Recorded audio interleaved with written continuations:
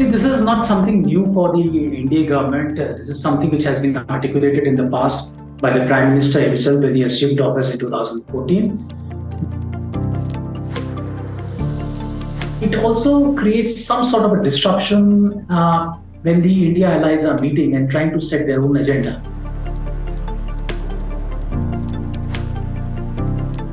We are getting reactions from southern parties who are in power. DMK, for one, has very clearly said that this goes against the very strain of the federal character of the country, because there can be a situation in a state where the assembly has to be dissolved after 1 year, and are you going to have no elected government there for the next 4 years and wait for another 4.5 years for the elections to be held so that they can coincide with the Lok Sabha polls?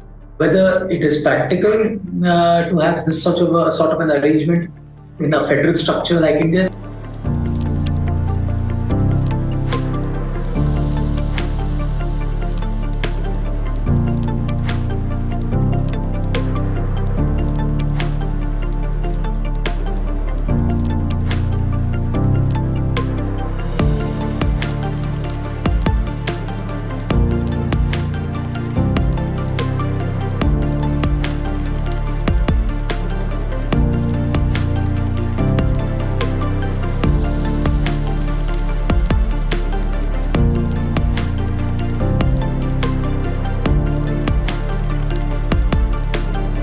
This is not something new for the India government. This is something which has been articulated in the past by the Prime Minister himself when he assumed office in 2014.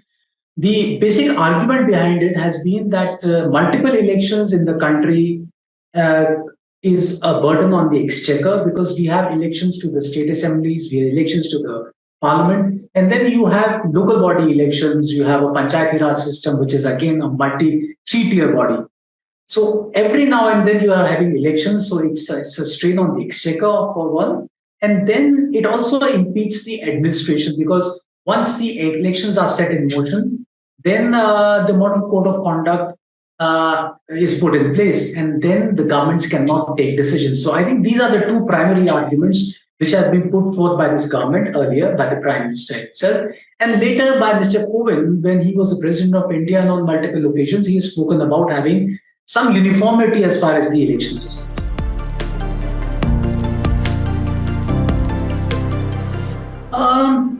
I'm not really sure about that, but what it actually does is that it also creates some sort of a disruption when the India allies are meeting and trying to set their own agenda. So the announcement as it comes with a teaser first by the Parliamentary Affairs Minister Prahlad Joshi yesterday, and then today in the morning we have the announcement of a committee being formed under the chairmanship of the former President Ram Nath Kovind, and then BJP President going there and meeting Mr. Kovind. So what it does create a parallel narrative.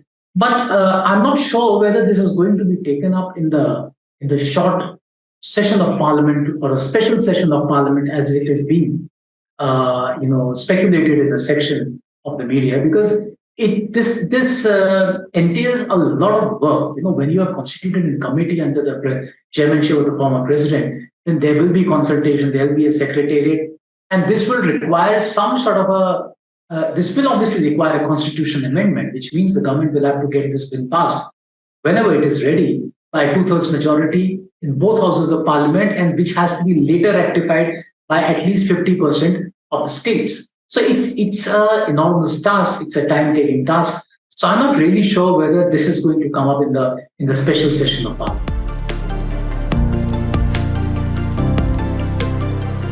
Well, I think it all depends on the intent of the government in power and the mandate that they've got, and whether they want to implement it or not.